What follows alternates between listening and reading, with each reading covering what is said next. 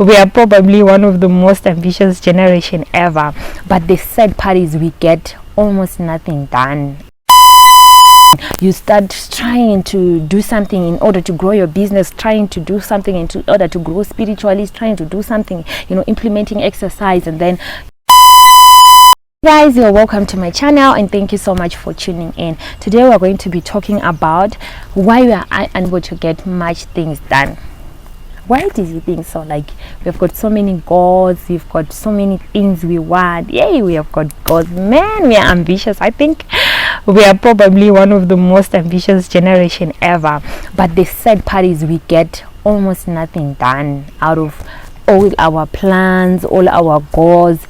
We literally end up with almost nothing. We would have set goals to say, I want my business to grow, I want to get better in relationships with my family and friends, I want to exercise more, take better care of myself more, and I want to grow financially. You want to get the new degree, get a bachelor's, a lot of things that we would have on our list. You find out we always have 6-7 things on the list of the things we want to do, and we at the beginning of the year we literally are pushing, we are punching, we are going towards our goals, we are really motivated. Maybe 2-3 weeks in, we are tired, we're even surprised that I've passed the 21-day mark, but I'm still tired and I'm still this and I'm still that. So one thing I would definitely say would be the reason why you end up not actualizing anything. You have so many goals beginning of the year, and at the end of the year you have nothing done. Is simply one thing: we try to get too many things done at one point in time. We try to grow our business while it's trying to develop our spiritual life, while it's trying to develop our friendship life, and we end up becoming overwhelmed. We literally become overwhelmed because we are trying to train our body and our minds to do one thing at the same time. Yes, the body is adaptive, but I would like to believe that it's a process. And for me, the recipe for this is to say, okay, look, that's why some people have got quarterly goals and all that.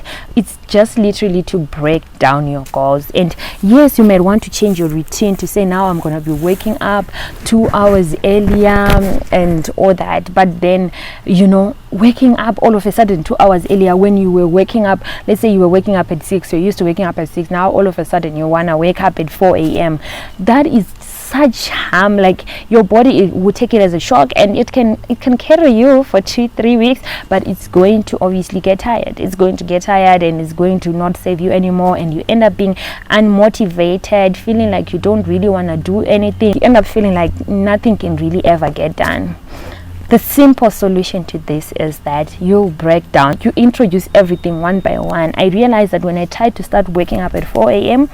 because I want to wake up at 4 and have my 1 hour devotion before I go for my run at 5, it was always hard. I just found myself that I could not cope. Like, for waking up at 4, I would wake up at 4, but then the prayer won't really be happening. I'll be half asleep, and I'll end up waking up at 5 and asking myself that, did I really pray?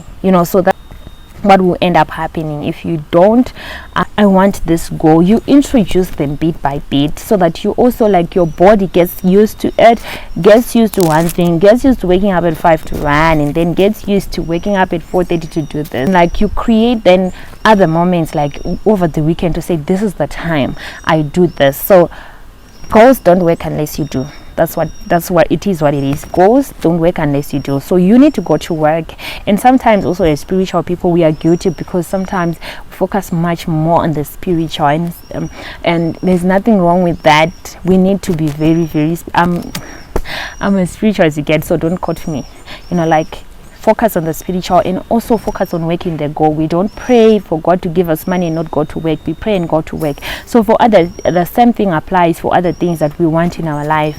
For our businesses, for our other goals, we pray and go to work.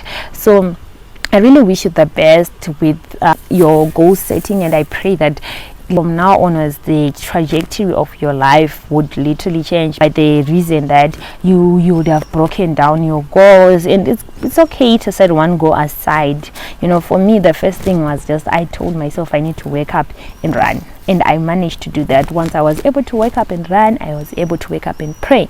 And then there's something else that I'm working on that I cannot share as yet, but that I also told myself I need to do this, put it into my routine. But I'm not putting them all one at one, and believe you me, I've seen tremendous results. That builds your confidence, because once you're good at one area, it builds your self-confidence to go and do another area, and before you know it, you are good at almost of the areas that you want to, you know, focus on and grow in.